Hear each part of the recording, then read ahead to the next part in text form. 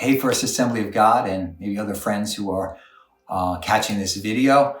I just want to bring to us once again this week a word of encouragement and maybe just some notes and updates on what's coming up at the church. But I was reading this morning from Acts chapter 1, these words, verse number 3. After his suffering, that is Jesus' suffering, he presented himself to them and gave many convincing proofs that he was alive.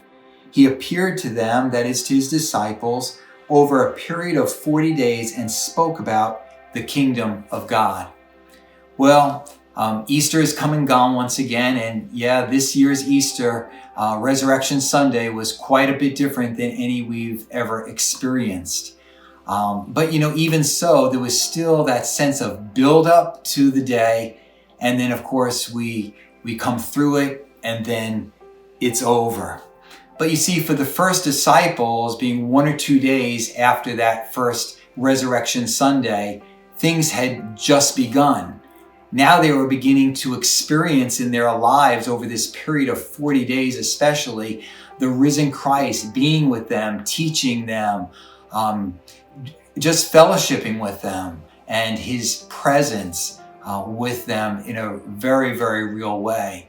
During this time, they received their mission from him, and eventually he told them about the work of the Holy Spirit, and once he ascended, the Holy Spirit was poured out upon them, and so things had just begun.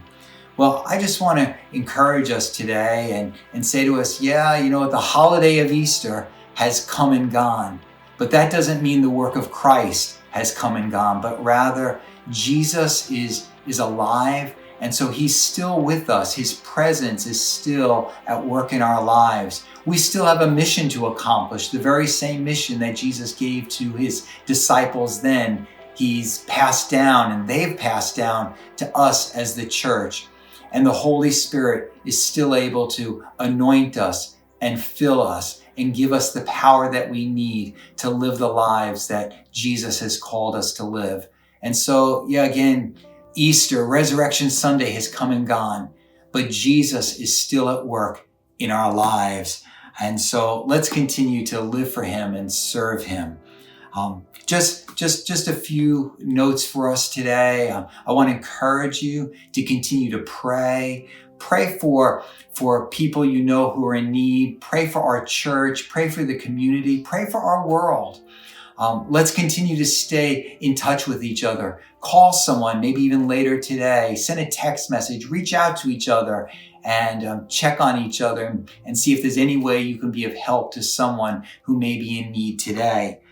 Tomorrow night, Wednesday night, rather than our regular life-changing prayer service, Kim and I are going to be live streaming from our house here on Facebook Live, bringing an abridged Passover Seder to us. And that will be at 7:15. I trust you'll join us.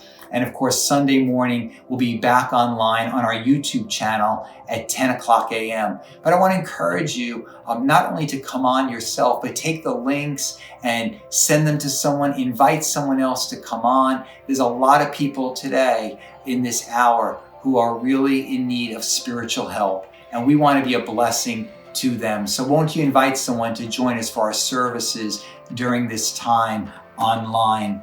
And again, let's just be a blessing to the people around us, and let's remember we still serve a risen Savior.